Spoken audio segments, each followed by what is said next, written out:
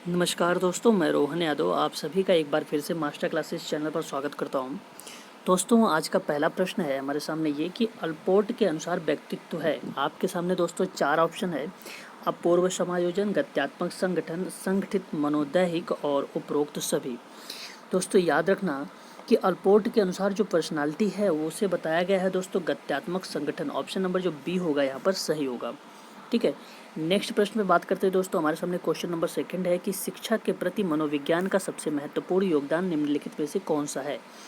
आपके सामने दोस्तों पहला ऑप्शन कह रहा है कि शिक्षा के महत्वपूर्ण लक्ष्यों का पता लगाना, तो ये गलत है दोस्तों। व्यक्तिगत गुणों के आधार पर शिक्षार्थियों का विभाजन करना, ये भी गलत है। ये भी शिक्षा के प्रति मनोविज्ञान का महत्वपूर्ण योगदान के रूप में नहीं देखा गया है। और मानव व्यवहार का ज्ञान प्रदान करना भी दोस्तों शिक्षा के प्रति मनोविज्ञान का सबसे महत्वपूर्ण योगदान के रूप में नहीं देखा गया है। बट अगर ऑप्शन नंबर डी को अगर हम ध्यान से देखें इसे, तो अध्यापक द्वारा उचित शिक्षण विधियों को अपनाने के लिए सहायक होता है। और शिक्षण सिद्धांत, शिक्षण तकनीकी, ये सभी चीज़ें दोस्तों यहाँ पे इंक्लूड होती हैं। तो ये चीज़ें याद रखना कि ये सबसे बेटर है दोस्तों शिक्षा मनोविज्ञान में शिक्षा के प्रति सहयोग करने में। ठीक है, तो याद रखना कि यहाँ पर अध्यापक क्या कर रहा है, शिक्षण विधियाँ। हो सकता है अगली बार क्वेश्चन दोस्तों दे आप लोगों को शिक्षण तकनीकी। ठीक है, तो याद रखना शिक्षण सिद्धांत भी दे सकता है। तो ऐसे अगर क्वेश्चंस बनते हैं दोस्तों तो ऑप्शन नंबर डी ही सही होगा। ठीक है, यहाँ पर जब आप शिक्षण तकनीकी शिक्षण विधियों का आप प्रयोग करेंगे। क्वेश्चन नंबर थर्ड पे चलते हैं दोस्तों। क्वेश्चन नंबर थर्ड है हमारे सामने ये कि निम्नलिखित में से कौन सा शिक्षण अच्छा नहीं माना जाता है। प्रश्न पर ध्यान देना, यहाँ पर कह रहा है कि अच्छा नहीं माना जाता है ना। प्रश्न है दोस्तों यहाँ पर, और ऑप्शन ये है कि जिसमें बच्चे प्रश्न पूछे व अपनी राय व्यक्त करें। तो ये तो दोस्तों जब बच्चा प्रश्न पूछेगा और अपनी राय व्यक्त करेगा तो अच्छा शिक्षण बन जाएगा, तो इसलिए ये नहीं होगा। जिसमें बच्चे अध्यापक की आज्ञा का पालन ना करें। अच्छा, यहाँ पर देखिए उनकी आज्ञा का पालन भी नहीं हो रहा है और ना ही सवाल कर रहे हैं, तो ये ऑप्शन दोस्तों गलत हो गया। यहाँ पर यही प्रश्न सही होगा क्योंकि ये प्रश्न कह रहा है कि अच्छा नहीं है, तो यही अच्छा नहीं है दोस्तों। बाकी सी भी देख लेते हैं। बच्चों के अनुभव का उपयोग, अगर अनुभव करेंगे तो अच्छा सीखेगा। और अवलोकन, विश्लेषण और सामान्यीकरण का भी अवसर दिया जाता है, ये भी अच्छा है दोस्तों। बट ये अच्छा नहीं माना जाएगा एक शिक्षण विधियों में। ठीक है, तो ऑप्शन नंबर बी यहाँ पर सही होगा क्वेश्चन नंबर थर्ड का। क्वेश्चन नंबर फोर्थ है दोस्तों, इसके बारे में मैंने आप लोगों को सेपरेट वीडियो बनाकर दे चुका हूँ दोस्तों। जिन दोस्तों ने नहीं देखा है जाके मेरे चैनल पर विजिट करें, प्लेलिस्ट में जाकर वहाँ पर देख सकता है दोस्तों। व्यक्तित्व के बारे में पूरी डिटेल से इन्फॉर्मेशन ले सकता है। यहाँ पे कहा जा रहा है कि टीएटी का प्रयोग निम्नलिखित में से मापने का कौन सा है दोस्तों। बहुत easy question, option number B यहाँ पर व्यक्तित्व सही होगा। साइकोलॉजी शब्द की उत्पत्ति जो हुई थी दोस्तों किस भाषा में हुई है, और इजी क्वेश्चन, साइकोलॉजी जो है दोस्तों लैटिन भाषा से हुई। ठीक है, ऑप्शन नंबर फर्स्ट सही होगा। साइकोलॉजी शब्द की, अच्छा अगेन रिपीट हो गया, संवेदना ज्ञान की पहली सीढ़ी है।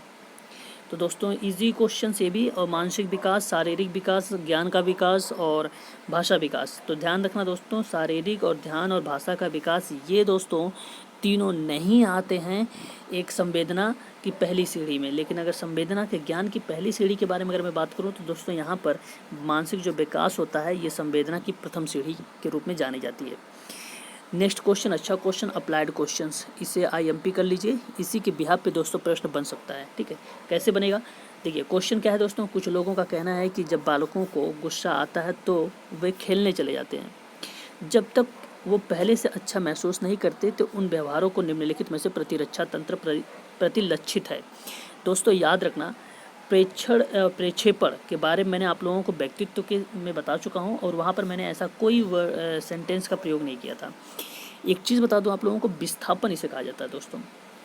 जब बालकों को गुस्सा आता है तो बच्चे क्या करते हैं, खेलने के लिए चले जाते हैं। और जब खेलने चले जाएंगे तो जब तक उन्हें पहले से अच्छा महसूस नहीं फील होगा तब तक दोस्तों वो अपने बिहेवियर को मॉडिफाई या परिवर्तन परिलक्षित नहीं करेंगे और ना ही उनके ऊपर दिखेगा ऐसी चीज़ें। तो इस कंडीशन को दोस्तों बोला जाता है विस्थापन। ठीक है, ऑप्शन नंबर जो बी होगा दोस्तों यहाँ पर सही होगा। क्वेश्चन नंबर 8 पे चलते हैं। बाल विकास का सही क्रम लगाना है दोस्तों। हमारे सामने 4 ऑप्शन है। यहाँ पर पहला कह रहा है कि प्रौढ़ावस्था, किशोरावस्था, बाल्यावस्था। अगर दोस्तों यहाँ पर देखो उल्टा दे दिया, अगर पहले बाल्या देता फिर किशोरा देता फिर प्रौढ़ावस्था देता तो फिर ये सही हो जाता है ना, बाल विकास की सही क्रम का। लेकिन यहाँ पर गलत हो गया है। क्वेश्चन नंबर बी पे चलते हैं दोस्तों, पूर्व किशोरावस्था, ये गलत हो गया दोस्तों यहाँ पर। ठीक है, question number option number third पे है बाल्यावस्था, किशोरावस्था, प्रौढ़ावस्था, ये सही है। ऑप्शन नंबर सी यहाँ पर दोस्तों इस प्रश्न का सही जवाब है। नेक्स्ट प्रश्न में चलते हैं दोस्तों यहाँ पर, ठीक है, प्रश्न है हमारे सामने ये कि निम्नलिखित में से कौन सा मनोवैज्ञानिक नहीं है। मनोवैज्ञानिक नहीं है दोस्तों, वाटसन के बारे में मैंने बता रखा है, हल के बारे में, मोटिवेशन के बारे में इन्होंने, अभी प्रेरणा के बारे में इन्होंने थ्योरी दी है, और स्किनर के बारे में ओसीटी बता रखा है, बिहेवियर के बारे में वाटसन को बता रखा है, लेकिन जॉन डीवी के बारे में मैंने अभी तक बताया नहीं है। शिक्षण तकनीकी में भी चलते हैं, लेकिन ये मनोवैज्ञानिक नहीं है दोस्तों, याद रखना। ठीक है, ये एजुकेशन से रिलेटेड है। एनसीएफ वगैरह जब मैं पढ़ाऊँगा आपको तो वहाँ जॉन डीवी का नाम आएगा। ठीक है, नेक्स्ट अगर मैं बात करता हूँ दोस्तों यहाँ पर कि जो विकास के जो वृद्धि है, विकास में वृद्धि की बात कर रही है। ठीक है, क्वेश्चन अच्छा है। विकास में वृद्धि से तात्पर्य क्या है कि ज्ञान में विकास, संवेग में विकास, वजन में विकास। ये तीनों गलत हो गए दोस्तों, क्योंकि विकास में वृद्धि का तात्पर्य नहीं है। विकास में जो वृद्धि का तात्पर्य होता है आकार, सोच, समझ, कौशलों में वृद्धि यानी स्किल्स में इम्प्रूव। तो ऑप्शन नंबर जो होगा दोस्तों यहाँ पर डी सही होगा। ठीक है, नेक्स्ट प्रश्न पे चलें। विधायकता का जो मूल प्रवृत्ति है दोस्तों, विधायकता की मूल प्रवृत्ति किस अवस्था में विकसित होती है? शिशु अवस्था में, किशोरावस्था में? किशोरावस्था में। ऑप्शन नंबर बी यहाँ पर दोस्तों सही है। ठीक है, नेक्स्ट प्रश्न पे चलते हैं दोस्तों यहाँ पर कि 6 से लेकर 10 साल के जो बच्चे हैं, उन बच्चे किस में ज़्यादा रुचि रखते हैं, ये बताना है आपको। क्या धर्म में? नहीं। मानव शरीर में? ये भी नहीं। यौन संबंध में? ये भी नहीं। विद्यालय में रखते हैं, क्योंकि बच्चा 6 से 10 साल का है। ठीक है, जब 5 साल से प्लस हो जाता है तो बच्चे क्या करने जाते हैं? प्राथमिक विद्यालय में चले जाते हैं। तो इसलिए दोस्तों यहाँ पर कहा जा रहा है कि जो 6 से लेकर 10 साल के बच्चे हैं वो बालक के इसमें विद्यालय में अधिक रुचि रखते हैं। ठीक है, अच्छा क्वेश्चन समावेशी विद्यालय से रिलेटेड है दोस्तों। कह रहा है कि एक समावेशी विद्यालय क्या है? क्या शिक्षार्थियों की योग्यता के अनुसार उसको सीखने की आवश्यकताओं को निर्धारित करता है? नहीं दोस्तों, शिक्षार्थियों की क्षमता का प्रवाह किए बिना सभी के अधिगम परिणामों को सुधारने का प्रतिबद्ध करता होता है। ये दोस्तों सही है, ये समावेशी है। ऑप्शन नंबर बी सही है, ये समावेशी है। विद्यालय की डेफिनेशन बता रहा है, परिभाषा बता रहा है कि शिक्षार्थियों की क्षमता की परवाह किए बिना सभी के अधिगम परिणामों को सुधारने के लिए प्रतिबद्ध होता है। तो ये समावेशी विद्यालय का परिभाषा है दोस्तों। ठीक है, बाकी सारे ऑप्शन गलत मिलेंगे आपको। नेक्स्ट क्वेश्चन चलते हैं। मैंने हार्वर्ड गार्डनर के बारे में आप लोगों को बता रखा है, बहुबुद्धि का सिद्धांत इन्होंने दे रखा है दोस्तों। और आईएमपी इस क्वेश्चन कर लीजिए, क्योंकि लास्ट ईयर ये क्वेश्चन पूछा गया है। हो सकता है इस बार आपको यही प्रश्न उठा के दे दे कि बहुबुद्धि सिद्धांत प्रवर्तक गार्डनर के जो बहुबुद्धि के कितने प्रकार से डिवाइड किया गया है। मैंने आप लोगों को बता रखा है दोस्तों कि 7 प्रकार का इन्होंने बताया है। तो जिन दोस्तों ने बहुबुद्धि या बुद्धि के बारे में नहीं देखा है तो मेरे चैनल पर विजिट करके वहाँ से देख सकते हैं। नेक्स्ट क्वेश्चन बात करते हैं दोस्तों। 21 मनोवैज्ञानिक के अनुसार विकास की जो सतत और धीमी प्रक्रिया है, 4 ऑप्शन है, कैलेसैनिक और पियाजे, स्किनर और नेक्स्ट है हॉरलॉक।